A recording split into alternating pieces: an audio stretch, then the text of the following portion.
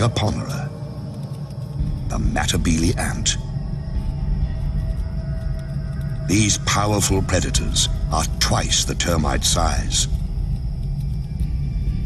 With the colony's hunger driving her, a Matabele scout searches for a target.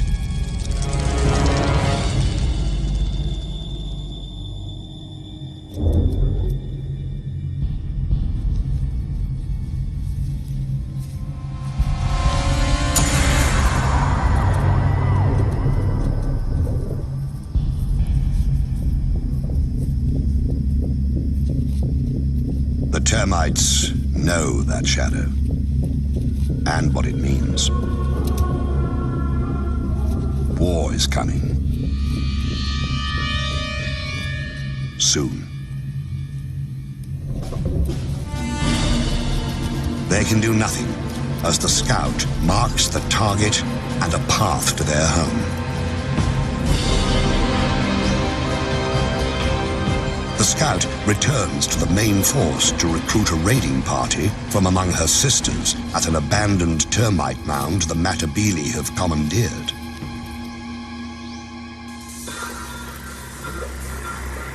With a jolt of pheromones, the chemical message travels among the warriors.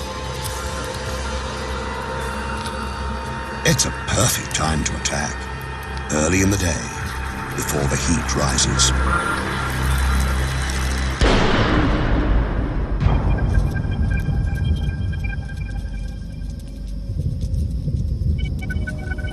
Matabele move out with the ominous, deliberate pace of a Roman legion.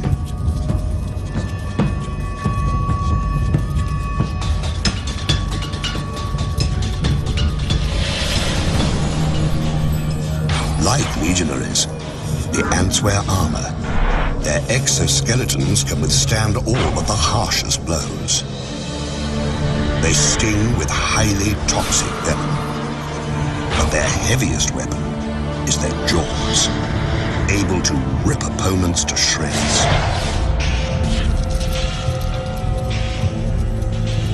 A raiding force can consist of 600 ants.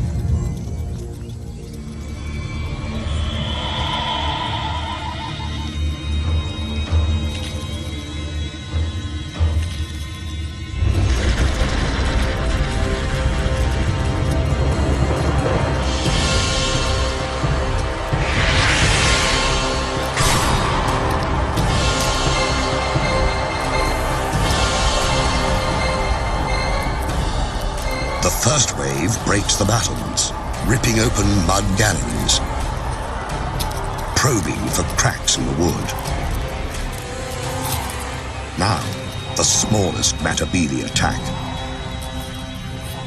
These tunnel rats make relentless forays into the termite sanctuary.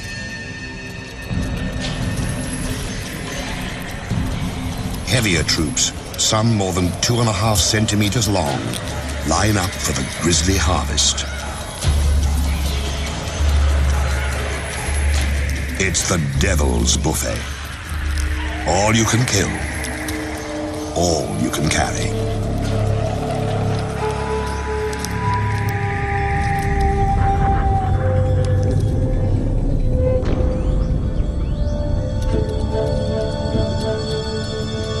One raid might claim 4,000 victims.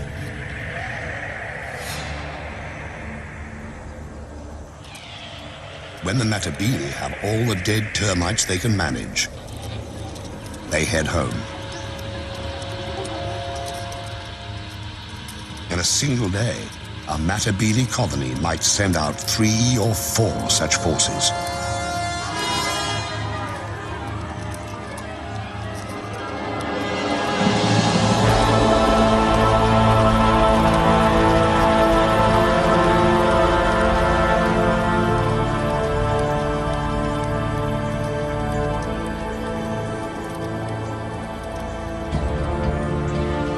Soon, the big ants will move their base to richer hunting grounds.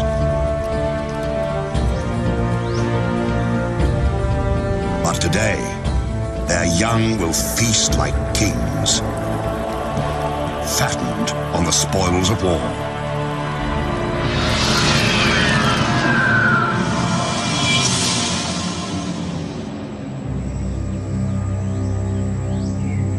Balance is the imperial tool, wielded in many ways.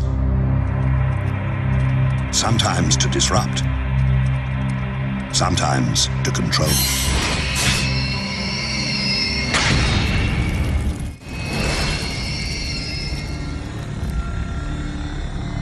A queen can seize power with the victory of each individual soldier, or by overwhelming force. Some empires grow so large, they send everything fleeing before them.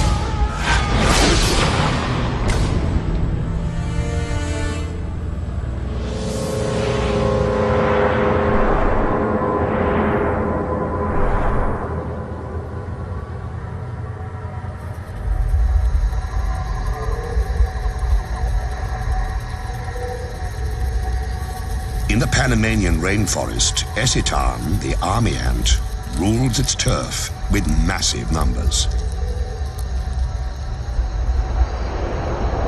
Army ants travel in deadly columns, a lethal force ever on the move.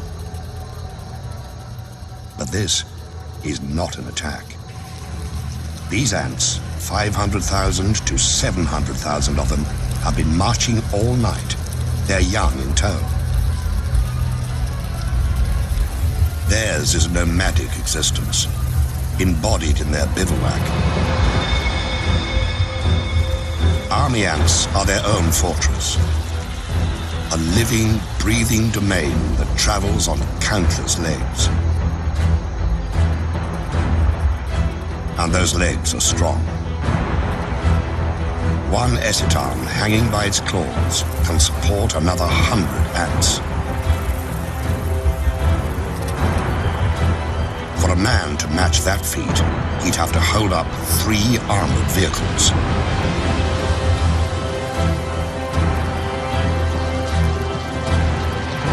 Deep in the recesses of this mass of ants are hidden 200,000 unhatched young. And the Esitan queen. She lays eggs by the million, keeping the colony alive and forcing it to find sustenance.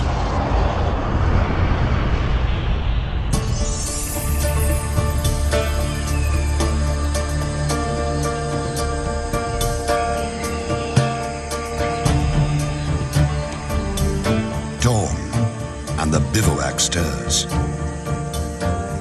After a night of stillness, the colony must feed. The meter-long mass of legs and feelers rouses itself into action.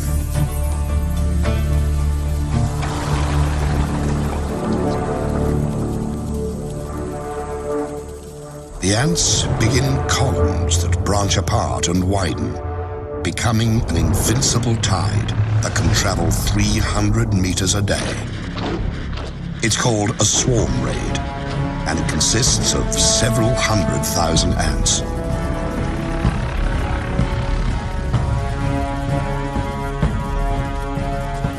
The ants move in a deadly wave, 15 meters across, driving all before them.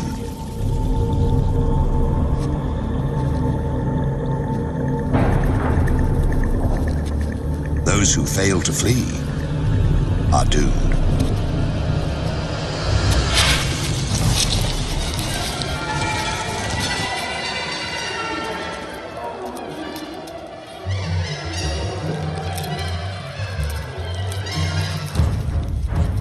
Whatever army ants can catch, they consume.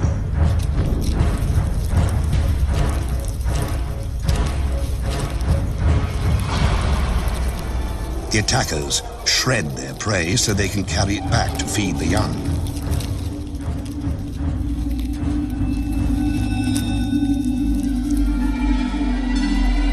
Army ants even overpower the land. They instinctively form bridges that carry the swarm over gaps and gullies. Across these living structures flows a steady stream of corpses. 30,000 a day.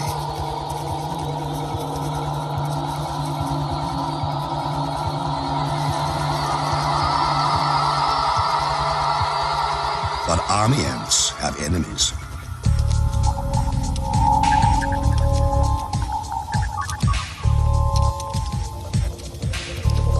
Along the swarm's edges, bandits try to pick off stragglers.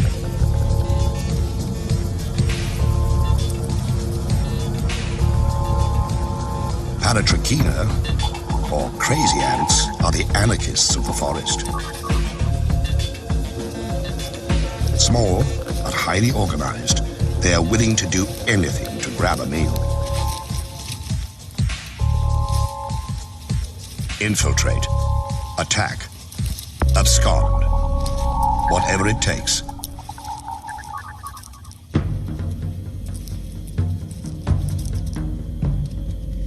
Instead of stingers, the crazy ant has spray jets that spew paralyzing venom. It lets the cruel little soldiers take down much larger opponents.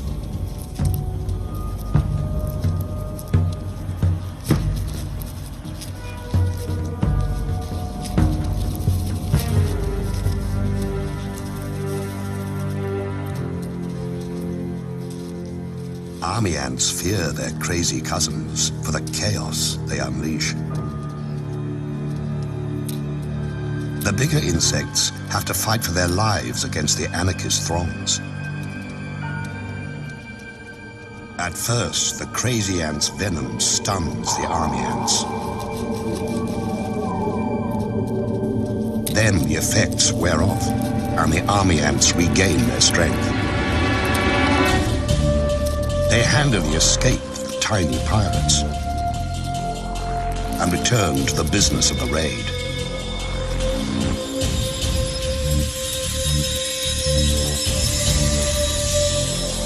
In a week, an army ant colony kills and eats 250,000 creatures.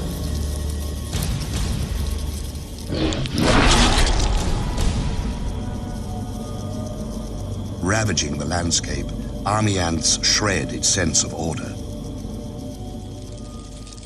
In another kingdom, the ruler maintains control by any means necessary, even torture.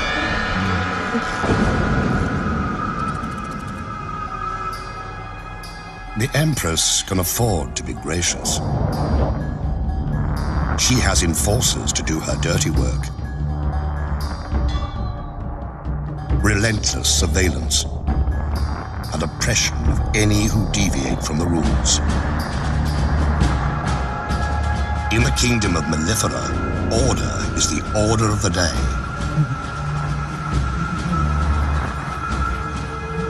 Every day. Mellifera, European honeybees, seem to lead a sweet existence, gathering pollen and turning it into gold.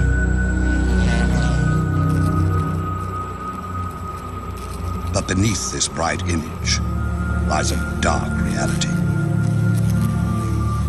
The colony exists to serve the queen, who lays the eggs that become the workers, who maintain the hive, and the warriors who defend it. Below the queen ranks the colony's young, its future. She who must be served and those who must survive dominate the hive's existence. But if something didn't keep the hive's inhabitants in line, bee society would fall apart. Every female has it in her to lay eggs, to be a queen. But the colony can have only one ruler. So, it has a police force to ensure that fact. Enforcer bees patrol constantly, checking the cells, tracing the lineage of suspect eggs, making sure the guard bees stay on their fuzzy toes.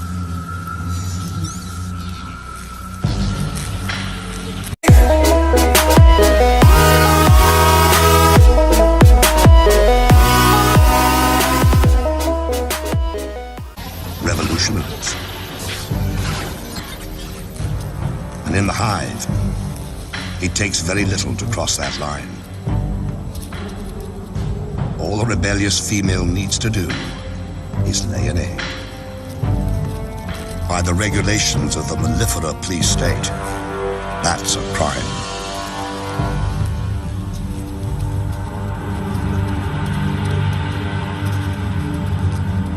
One bee is breaking the law. She deposits an egg in what she hopes is safety. If they thought they could get away with it, half the bees here would do the same. And the hive would fall into disarray. That's why police bees make their rounds, searching for evidence of insurrection.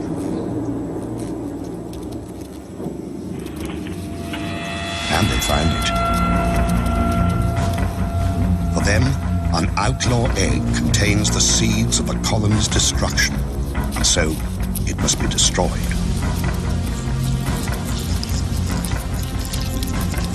And to drive the lesson home, they brutalize the offender, keeping the hive safe and the queen's position secure.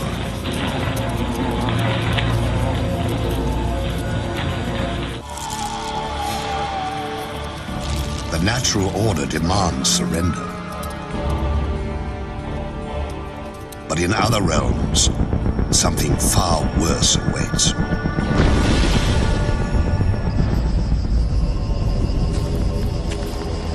In the imperial domain, it is not enough to rule. Others also must serve. By abduction and terror, the empire assures itself of slaves. Warriors carry the captives into servitude. Strangers in a strange place. In Arizona, the kingdom of Polyergus needs its slaves. The queen has her consorts, the warriors, to do her bidding. All of these live royally, thanks to a servile class. Polyergus, the slave raider ant, requires slaves because the species has grown so specialized it cannot care for itself. Massive mandibles, perfect for killing, have little use off the battlefield. So this kingdom has two societies: those who reign and those who serve. The servant ants, dwarfed by their masters, are of the species Formica. They forage for food, raise the royal young, minister to the queen's every need and those of her workers. Born into bondage, they will die slaves. But this kingdom has woes. Its Formica slaves are dying of old age. It's time for the slave-raiding Polyergus to do what they do best: kill and plunder.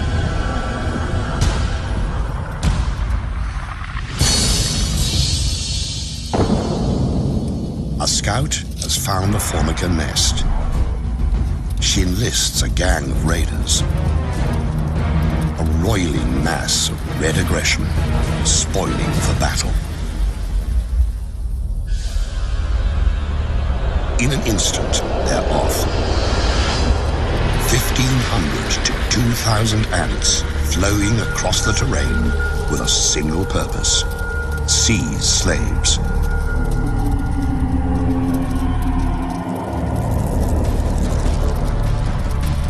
Streaming into the Formica nest, the Polyergus raiders unleash hell. They kill, but only when need be. They've really come to steal the unhatched Formica young.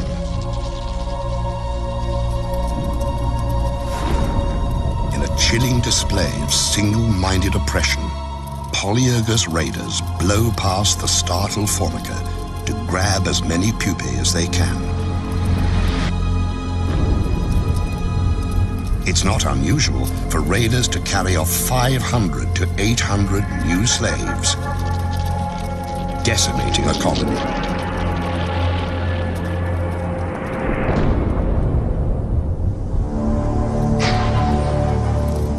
The raiders transport the kidnapped Formica brood back to their kingdom. When the stolen Formica hatch, they will believe the Polyergus nest is where they belong. Another generation of Formica will become slaves.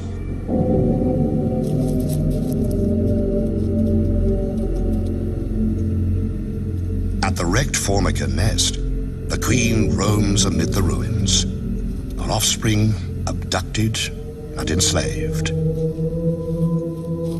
She has been spared, but in other realms, innocents suffer unspeakable horrors.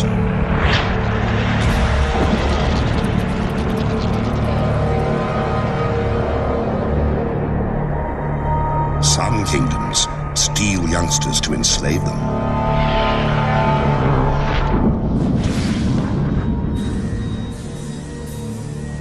Others take no prisoners, slaughtering the defenseless to feed their own young. Winged horror has a name.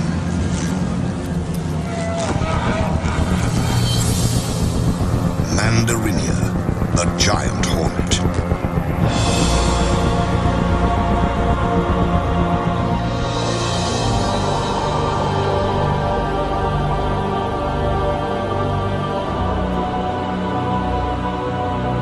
Their reach extends across Japan.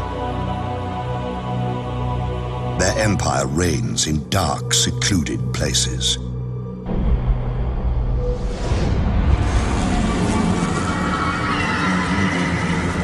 These hornets are at the peak of their powers. Their queen is vigorous. Her workers are strong. Her fighters are many. Her brood chambers are full to bursting. Everywhere, mouths to feed.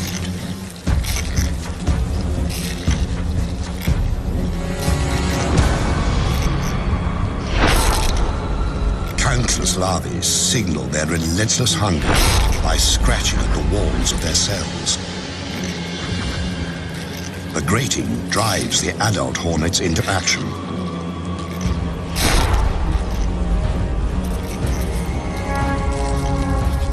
They have to feed the babies, and hornet babies live on flesh, ground into meatballs, and delivered by their caregivers. The larvae must feed constantly, so a single scout takes wing, ranging far afield to find fresh meat. At nearly 8 centimeters long, giant hornets are superb killers. Sharp talons seize prey. Powerful jaws sever limbs and decapitate victims. Compound eyes detect the slightest movement. And this scout has found a fat, defenseless target. A hive full of mellifera, European honeybees. The scout marks it with pheromones.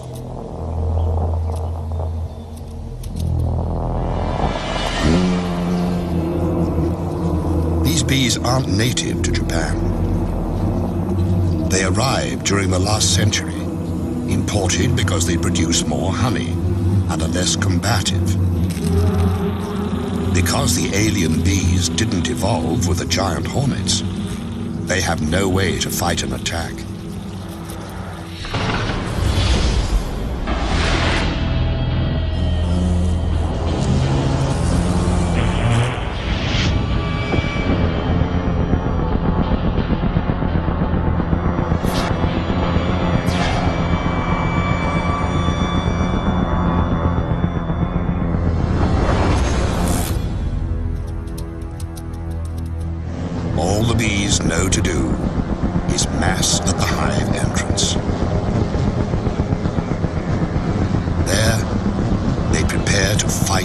death.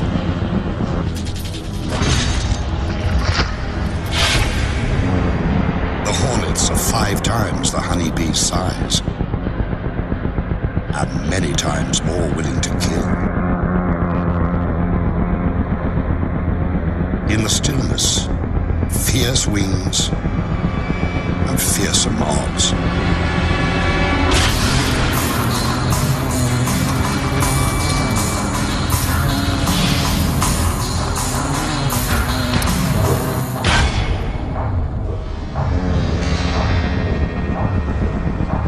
Valor has no place here, and yet the brave bees will not surrender or flee.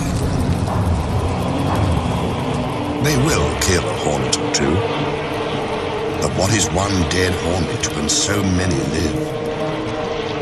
Reveling as they do in the deaths of bees by the thousand.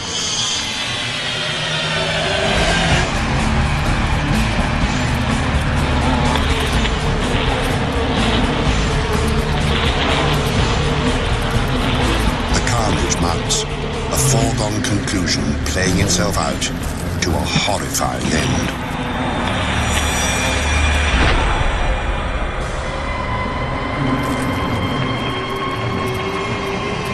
In only hours, 20 or 30 hornets can wipe out a hive of 30,000 bees.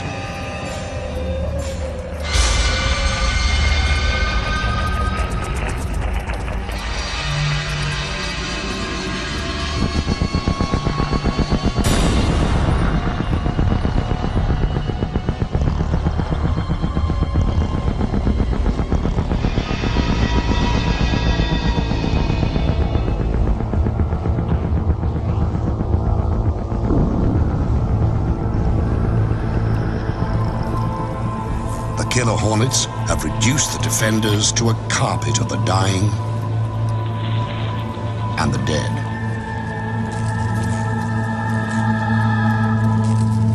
Now, they can rob at their leisure, sometimes for days.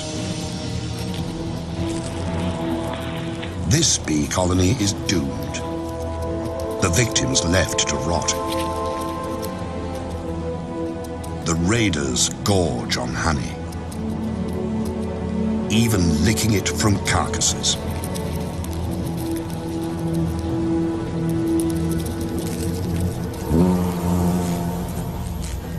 The unborn bees will be chewed into protein paste and fed to the hornet young.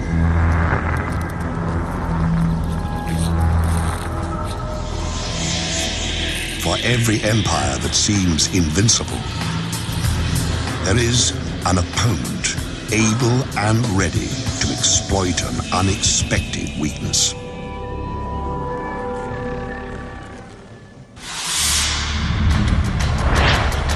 Empires attack, but they also must defend themselves. No matter how strong the fortress, the best defense is knowing your enemy.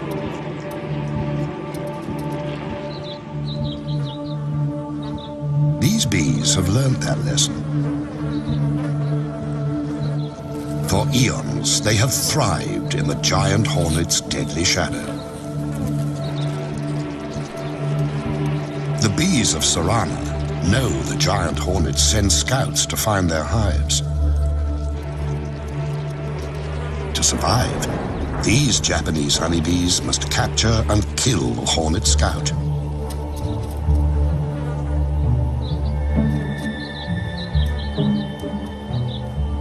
And to do that, they have a secret weapon.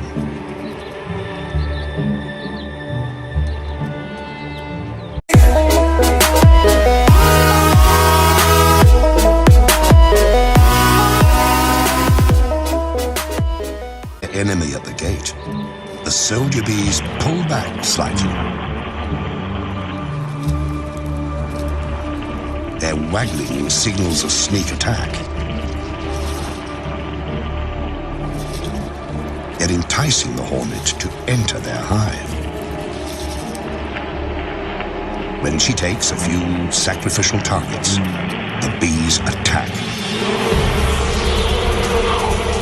In In a horde, the defenders rush the Hornet Scout, enveloping her in a wave of bee bodies.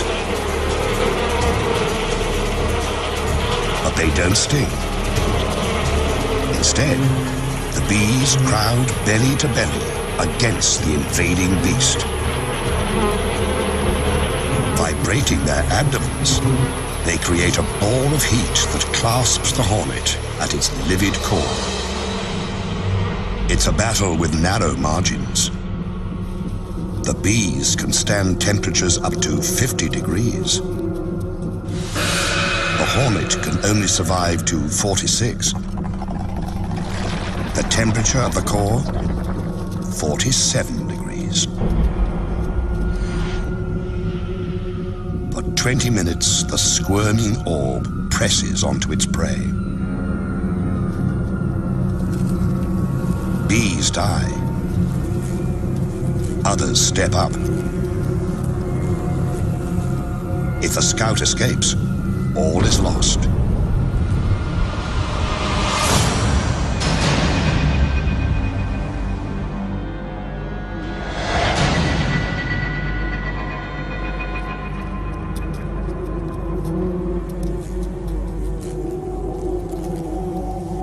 Finally, the flailing and gnashing cease. This hornet won't reveal the secret of their hive's location. The bees have paid a price, but they've saved their home. Another kingdom fends off invaders with strong walls and a martyr's devotion.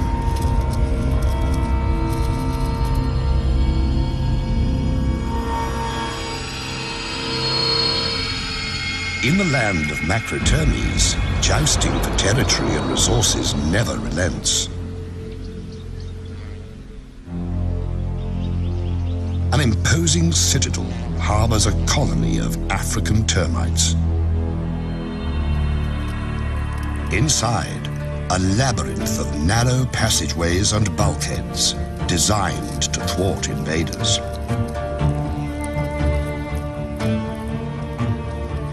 The termites are watchful, lest their citadel fall. But kingdoms' fates often are decided at their borders.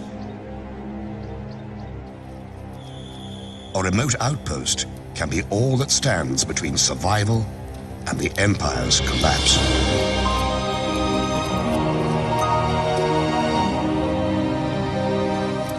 Outside the protective walls, foragers collect and transfer food back to the queen and her charges. They also watch for invaders. A Matabele scout appears.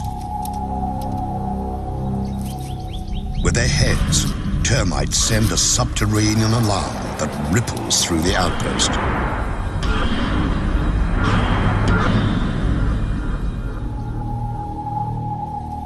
At the edge of the compound, a platoon of defenders occupies a fallen branch. These soldier termites are strong and agile, prepared to give the last full measure. Few of their kind grow this large and strong. Their jaws can cut through human flesh. The encounter begins by ones and by twos.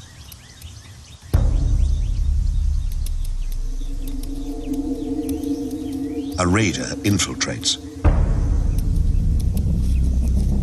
A sentry patrols.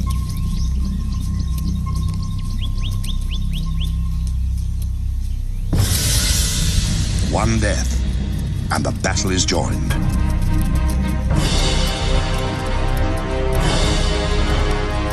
The ants stream forward, attacking with no mercy.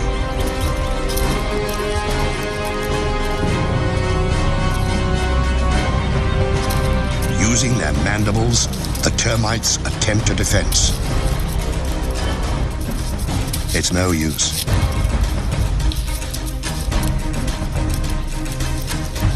Some seek shelter, but there's nowhere to hide. Even the formidable termite guards are no match for the raiders' venomous stings, which destroy the termite's nervous system.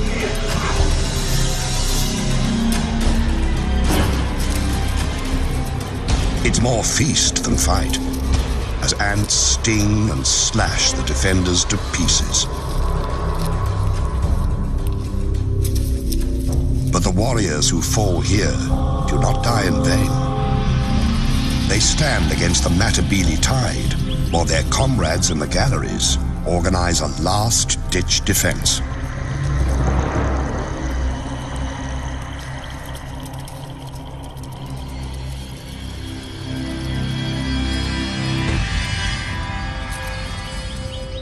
At the gates, the fighting intensifies. It's a classic tactic.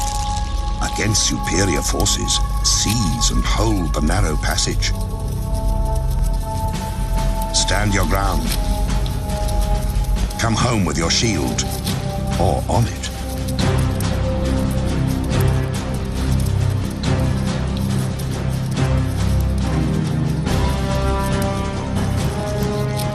The termite soldiers never relent. Sacrificing themselves, they buy precious time for defenders to seal off the embattled bunker.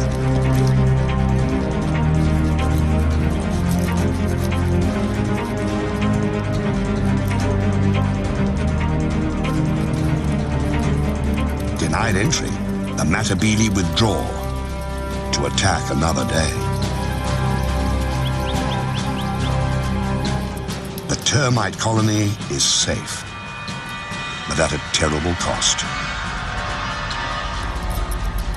The departing ants carry off hundreds of termite corpses that will nourish the invaders.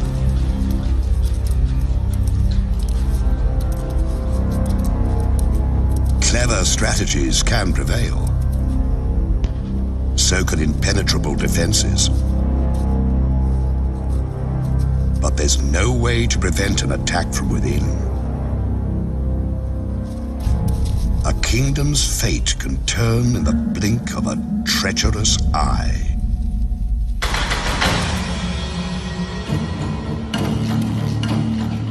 Power belongs to those who hold it, and to those who seize it.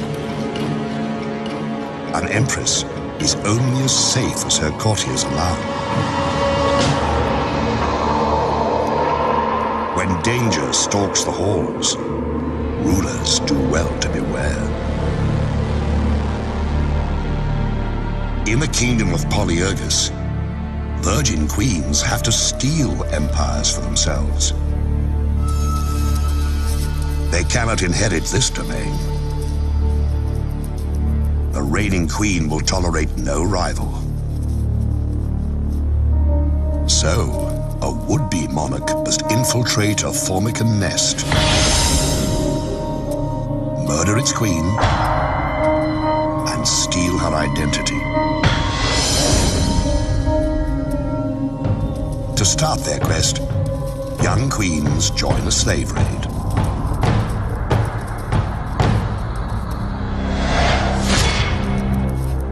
En route, they mate and shed their wings, a sign that they now bear the seeds of empire.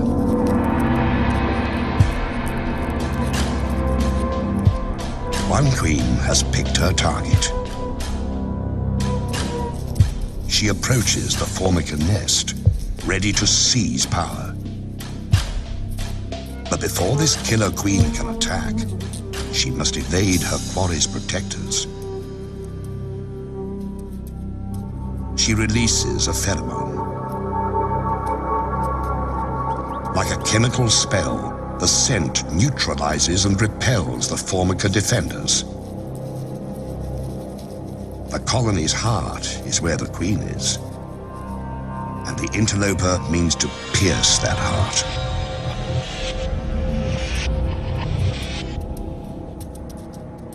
She's fixed on her mission: assassinate the queen and take her place. The Pretender's sickle-shaped mandibles have one brutal purpose. When she confronts her rival, there's no hesitation. She savages her prey. Not to eat her, but to steal her identity.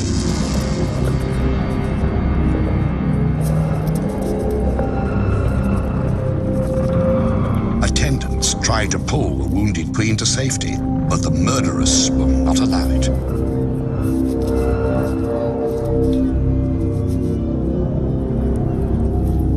She laps up her victim's blood and rolls in her spilled fluids, thoroughly absorbing the monarch's essence.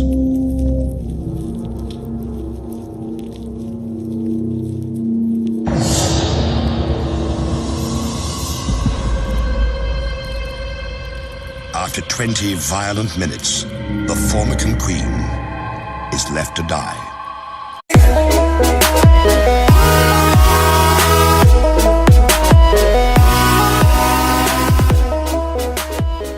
They sting with highly toxic venom, but their heaviest weapon is their jaws, able to rip opponents to shreds. A raiding force can consist of 600 ants.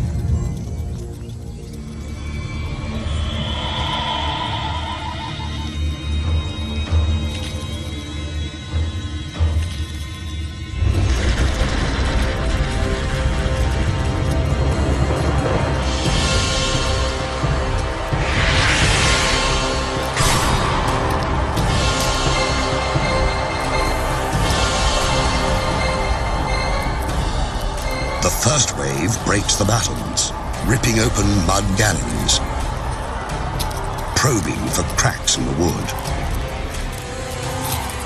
Now, the smallest Matabele attack. These tunnel rats make relentless forays into the termite sanctuary.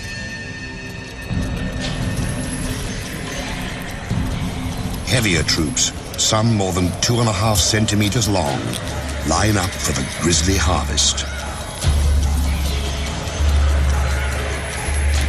It's the devil's buffet. All you can kill, all you can carry.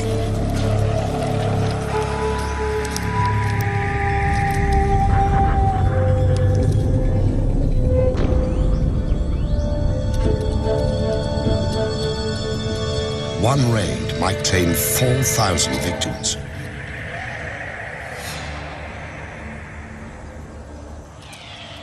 When the Matabele have all the dead termites they can manage, they head home. In a single day, a Matabele colony might send out 3 or 4 such forces.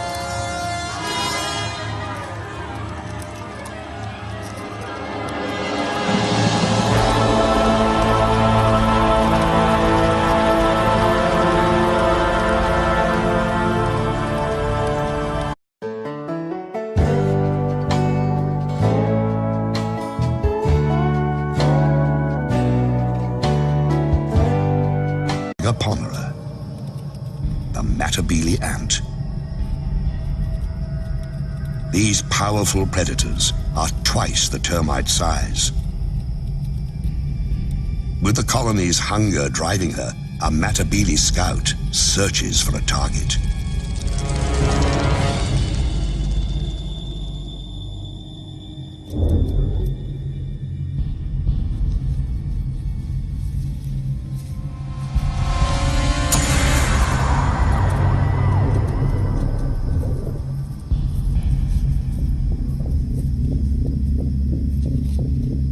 The termites know that shadow and what it means. War is coming. Soon. They can do nothing as the scout marks the time.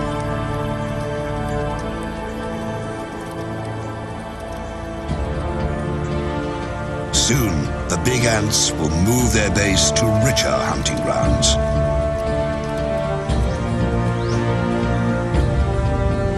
day, their young will feast like kings, fattened on the spoils of war.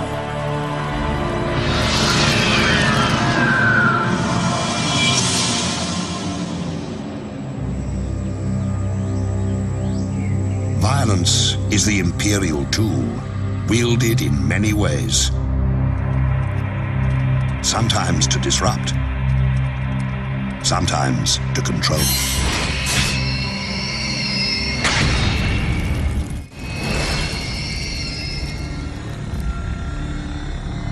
A queen can seize power with the victory of each individual soldier,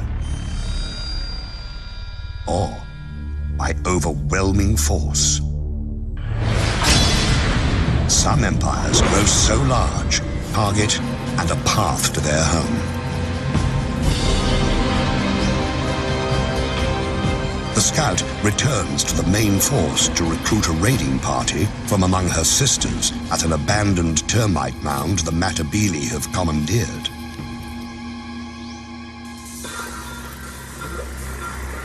With a jolt of pheromones, the chemical message travels among the warriors. It's a perfect time to attack, early in the day, before the heat rises.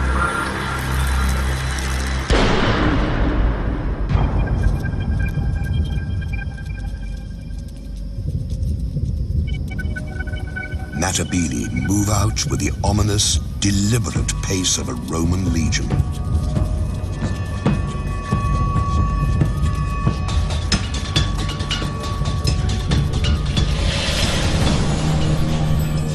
Like legionaries, the ants wear armor. Their exoskeletons can withstand all but the harshest blows.